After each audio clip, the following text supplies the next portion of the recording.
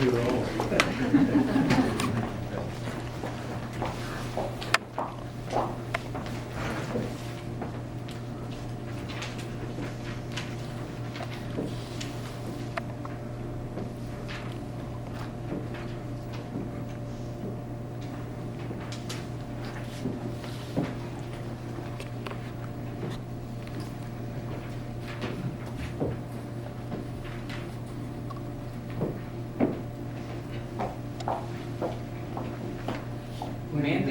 When you get up to give us your name. Okay. My name is Connor Alford, and I am living in the Night Hall dormitories at East Central University. Mandated not only by Oklahoma state statute, but by the ultimate authority of the United States Supreme Court in Baker versus Carr, as well as Reynolds versus Sims, the doctrine of one man, one vote has long been a cornerstone of American democracy. Manifest within and incorporated by the 14th Amendment, this constitutional right to equal representation has enabled our citizens to participate equally and fully in our society for generations. Without it, we'd stand powerless in the face of political inequality, unable to keep legislation in line with the preferences of the people. And that's why we've come here to speak today. The city of Ada now has a unique opportunity to adjust its electoral system so as to secure this right.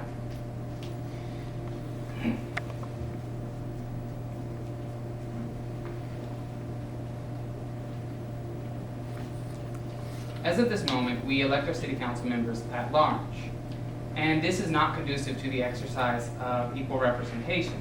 By inflating the voice of a few, it can mute the majority and deny the denizens of our city a fundamental right guaranteed to them as citizens of Oklahoma by Title 11 of Oklahoma Statutes, Section 10-102, and as American citizens by decades of Supreme Court jurisdiction and the United States Constitution.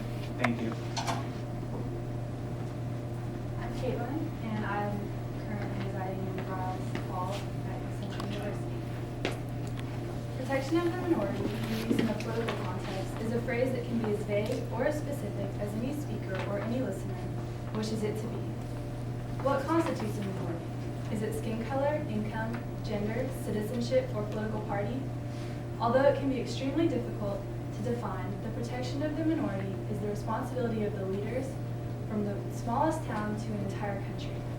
For example, in an at-large voting system, a city that is 51% Democrat and 49% Republican could elect an entirely Democrat city council, even though one or more of the wards could technically have had a Republican majority. At-large voting presents a threat to the protection of minority rights as it allows the overall majority to control an entire election. Ward-based voting allows not only for more equal representation, but also grants the minority a greater chance of affecting an election. Although an at-large voting system has served Ada for many years, it can be argued that the people are being looked after, either way. The representatives inevitably feel certain pressures from the at-large public to get reelected. In a ward-based system, the representatives will feel electoral pressure solely from voters in their ward.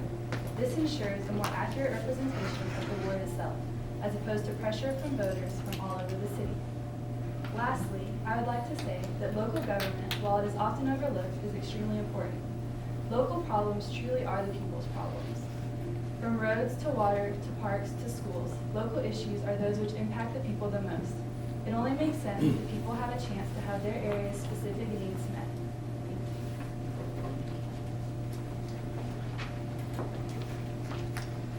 Dustin Wayne Harris, 128D Pontotoc Hall at East Central University. I would implore the City Council to entertain the hypothetical idea that if the City Council members were to be elected by and only by the residents domiciled in the wards for which he or she is to represent, then it will create an incentive for the members to more frequently identify and propose solutions to pressing issues specific to his or her ward. Whereas if City Council members are elected at large, then it will adversely create an incentive to more frequently identify and propose solutions to pressing issues specific to those areas where the more represented voting majority is domiciled, rather than the areas where the less represented voting minority is domiciled. Good evening, I'm Joe Trail, I live on 16th and Johnston.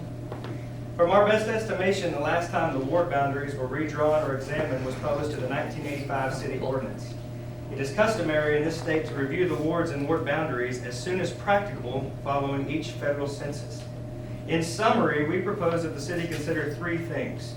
First, we propose reforming the system of at-large elections currently in use by moving to a ward-based election system. Secondly, we propose that the Ada City Council, in accordance with Oklahoma statute and Ada City ordinance, consider reviewing the ward boundaries in order to ensure equal representation by population densities.